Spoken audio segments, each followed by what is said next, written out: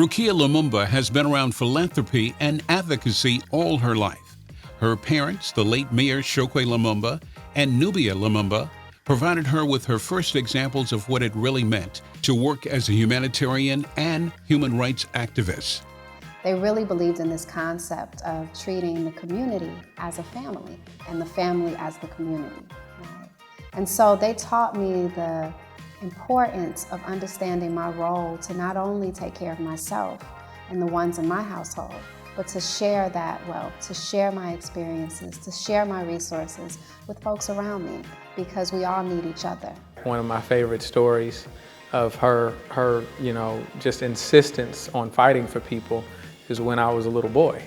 I was in trouble for something with my parents, no telling what I had done. And my parents decided that they would discipline me.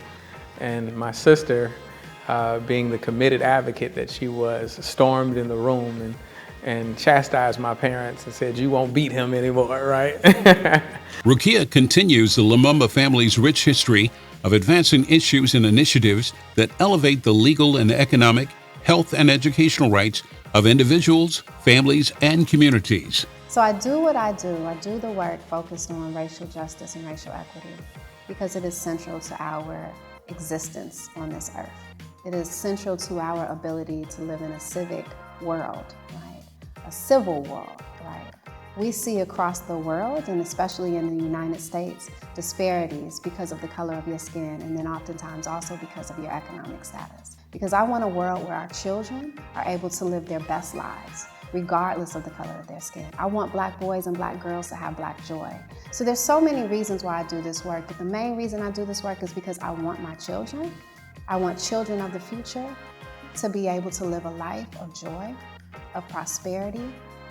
I don't want them to know limits that are oppressive, but limits that help to prepare them for being better human beings on this earth. For more than 18 years, she's worked within and outside the system to foster justice for all, especially as it relates to criminal justice disparities for people of color. She served as director of two of New York State's largest criminal justice nonprofits, Center for Alternative Sentencing and Employment Services and the Center for Community Alternatives, providing visionary leadership and building community and system partnerships to help break the prison pipeline.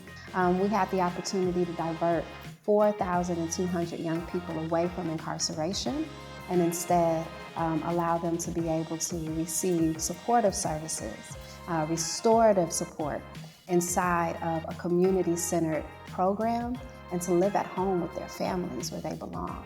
And we saw that over 75% of the young people that engaged in our programs never went to prison, never experienced jail again, and never were charged with another crime.